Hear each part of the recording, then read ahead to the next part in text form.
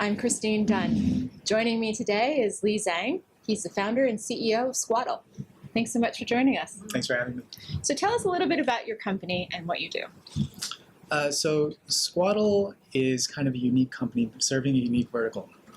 We're building tablets and sensors for the $250 billion fast food industry.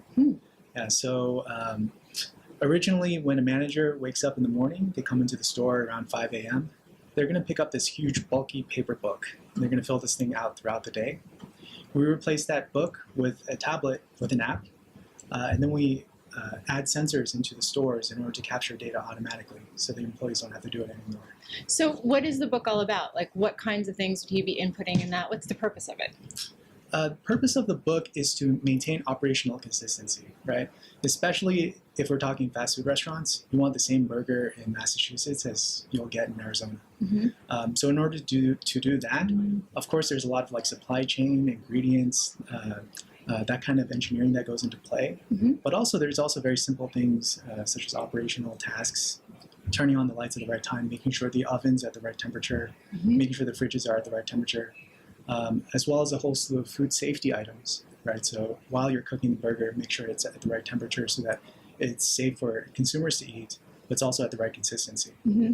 So all of that stuff is being recorded in that huge, bulky 11 by 17. And it used to be all manual? You would have to record it all in manually? You got it. It's still manual. Wow. Yeah, that's the crazy part. Wow. So when you say sensors, you're putting them in refrigerators and in the ovens. Is it mainly like a food safety issue, or are there other kinds of operational things that you're monitoring? It's primarily a food safety issue because that is one of the most important aspects of the restaurant. But there are other things: opening checklists, closing checklists, safe counts. The manager has to go into the safe every few hours, count the amount of cash it's in it, and do a little mini audit. And then he has to record that data into the book and sign off on it. Wow. So talk to me a little bit about the trends you're seeing in the data that you're collecting. If you had to identify kind of the top 3 things that using your app helps to improve, what would those be? The top 3 things, I would say the 3 C's. So it's communication. That's really important. Right now, when all that data is in the book, it's really hard to send that data to higher ups, to be able to see how things are going across a whole slew of locations if you're managing many of them. So our tablet will allow customers to be able to view that data from wherever they are, as well as send information from wherever they are to those stores directly. So that's the first C. Second one is consistency. So making sure that every single store operates the same way every single day. So the books will kind of do that, but there's kind of like the limit to the accountability that you get out of it, right? Right. There's a term called pencil whipping, where an employee will just go in the morning, fill out the entire book, and then just sign off and say they did everything. Did it. Right. So your sensors help to independently verify things. They both independently verify, and they automate it so the employee doesn't even have to do them. Okay. And for the things that you can't really verify, you can set blackout windows. You can get timestamps and signatures to make sure things are done at the right time. I would also imagine that it might help with the productivity of the manager better as well, because you're freeing them up from having to fill out that book, and so then they can focus on other things in the restaurant. You got it, right? So a key component to increase revenues at a fast food restaurant is how much the employees pay attention to the customer, right? Are the customers satisfied? Are they happy? Is the food being cooked in a way that makes them happy? Even small things like, if the light on the outside of the store isn't on, that can lead to a lot of issues. So having the manager be able to focus on those things instead of these nitty-gritty kind of like compliance operational items, it helps a lot. It must help a lot. So in terms of your customer base right now, are you still growing your customer base, or do you have some customers who are using the product we might recognize? So we're working with some really great customers right now. A few of them I can mention are Sonic Drive-In. Locally, we're working with Loco here in Boston, working with Freshie. And we're also launching with a few nationwide chains right now that I'd be happy to bring to announce at a later time. Fair enough. So talk to us a little bit about your process of being an entrepreneur. So you kind of bootstrapped this idea for a while, and then you were able to get some funding. Talk to us a little bit about that process and how you maneuvered it as an entrepreneur. Sure.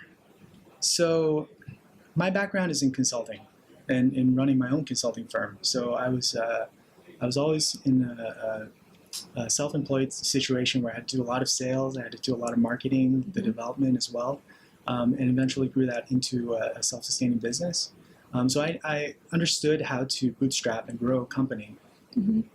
But for me, the difficult part was how do I get funding? How do I get more people excited about our project? And one of the key things was getting connected to the right people at the right time.